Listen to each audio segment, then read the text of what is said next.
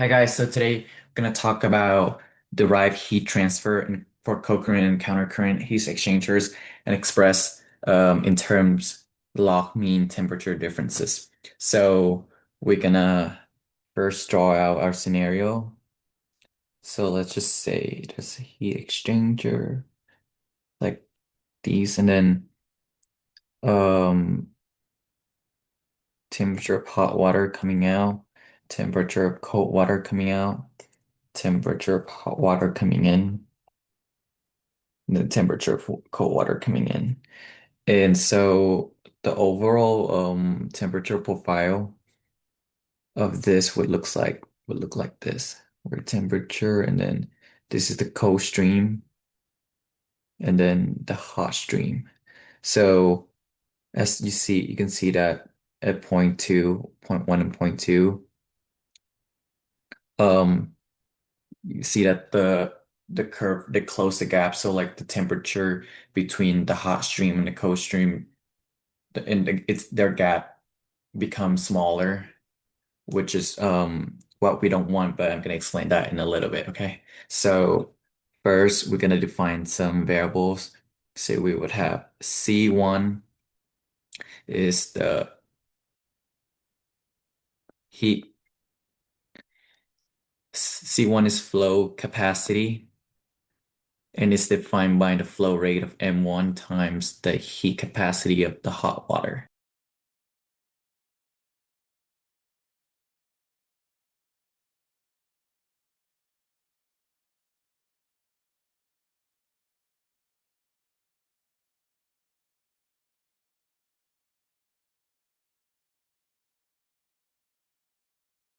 Let me just rename this C hot and C cold.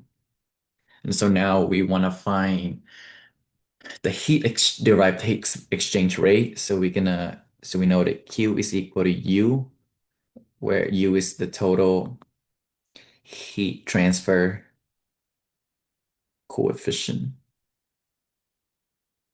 times the difference between the hot temperature and the cold temperature um times area. So therefore dq would be U TH minus TC dA. Normally, since this is a differential equation, we would have to integrate them, but over here we can't simply integrate this because even though U is constant, you know that TH and TC are not because they change with respect to position as well. So we can't integrate or make this a constant because you see TH, TC over here and TC over here are different and they change. So the rate of the difference in temperature changes. So we're gonna have to define something else, okay? So we know that rate of heat change is equal to m mass flow rate of hot stream times the heat capacity of hot stream times the change in temperature of hot stream. And same for cold stream because and they are the hot stream would be mine. There's a negative sign because it's lot heat lost and the cold stream gain heat. So it's going to be positive and they are equal. So we can rewrite, and so also notice that we can write this as um, a C8 negative CH DTH and CC DTC because M times heat capacity is just the flow capacity. So now we can rewrite this over here. Also, so we know that the change in temperature is TH minus TC. So and we know that delta T over here is not constant. So therefore, derivative of delta T is equal to derivative TH minus DTC, in which we have defined over here. So dTH is equal to dQ over C negative CH. And then dTc is dq over cc.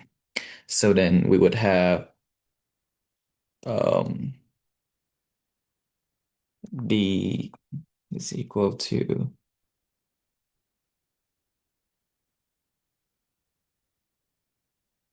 so now that we have derived this equation, we make this equation one and then equation two. We can substitute them in. So this is how I'm gonna do this. So you know that this is just delta t. So dq, so d delta t is equal to um u dA u delta t over u delta t over minus 1 over ch plus 1 over cc dA. And so now we can finally integrate this. We by separation of variables method. So we can move delta t over here. So we would have d delta t over delta t u and then square it to 1, 1, 2, and then oh, and then we can also move this out.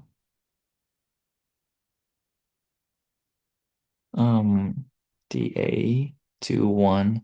So as a result, we have ln delta t2 my over delta t1 is equal to negative u 1 over ch plus 1 over cc times times the area. And so we know that ch is equal to,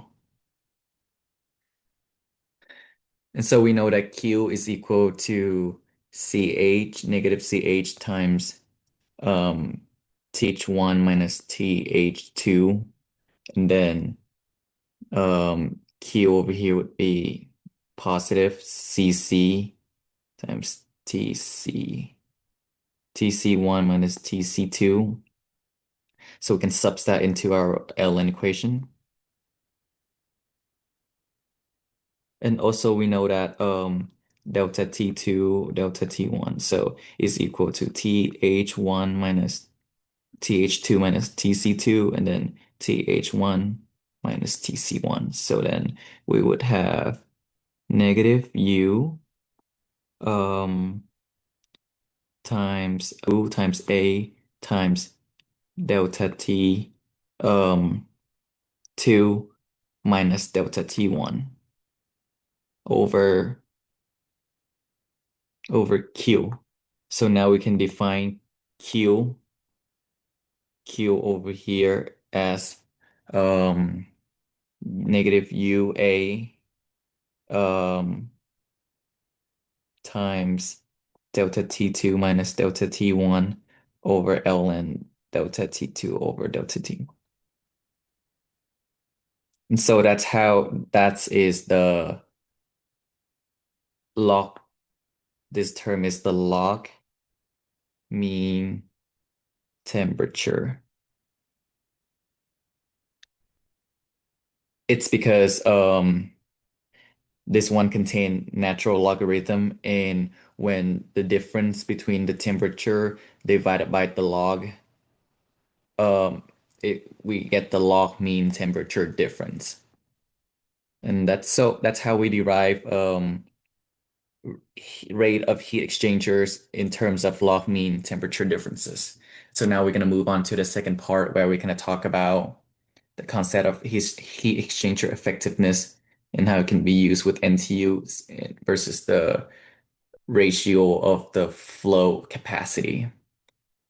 So I'm over here, I'm going to define what is heat effectiveness, okay? So it's going to symbol E is equal to, and sorry, before I move on to this part, I'm going to explain how is it going to be difference between countercurrent and co-current. So for countercurrent, what's the difference is the gap between the cold air, the cold the hot stream and the cold stream are gonna remain uniform or constant. And since their gap are constant, it remains stable throughout the entire process. We're gonna gain more heat exchange, better efficiency than co-current because heat exchange is uh based on MC delta T.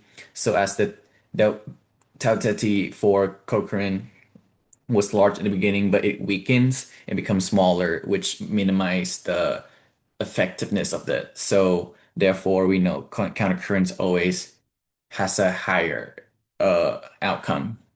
And so now back to question two. So we know that E is equal to Q max over Q minimum or Q actual.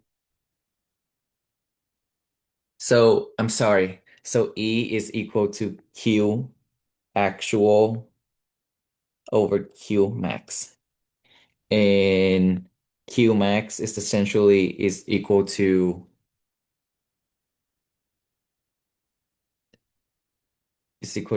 minimum flow capacity minus TH1 minus times TH1 minus TH2. I'm sorry, I made a mistake. I meant TC1. And so that we can substitute this into our equation. So we know um E effectiveness is equal to Q actual. So it's like Q over C minimum TH1 minus TC1. So however, when we don't know the either the inlet or the outlet temperature of them yet, and we can't determine the its efficiency, there are several ways for us to do that through defining some new variables. First one would be NTU. NTU is net transfer unit.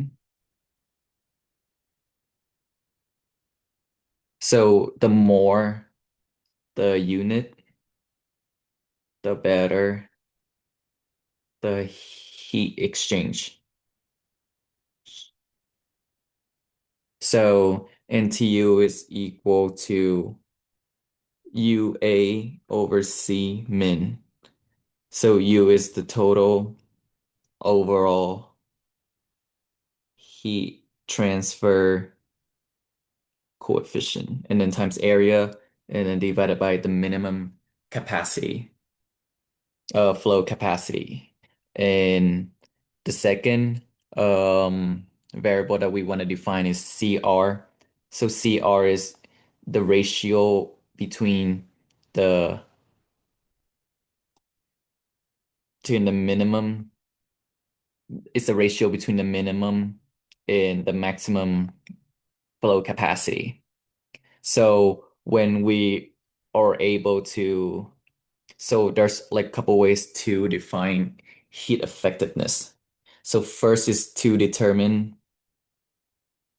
um TH1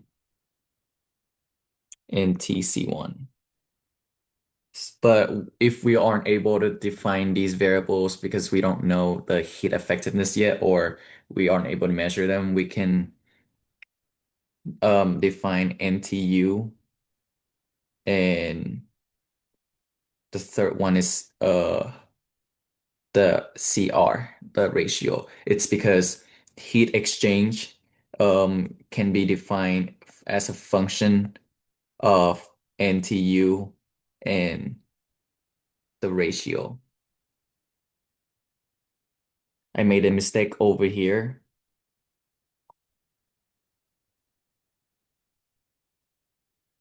So if you want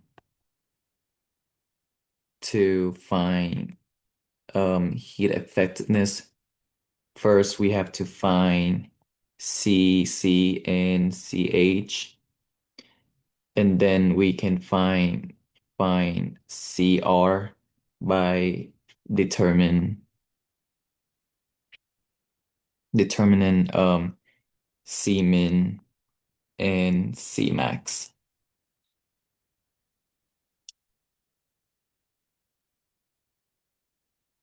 And then finally, when we get the C min value, we can find NTU. And then since effectiveness is a function of NTU and CR, we can determine effectiveness without have to find Q. Because if we don't know it yet, then we can use NTU and the ratio C min over C max. And that's it. Thank you for listening.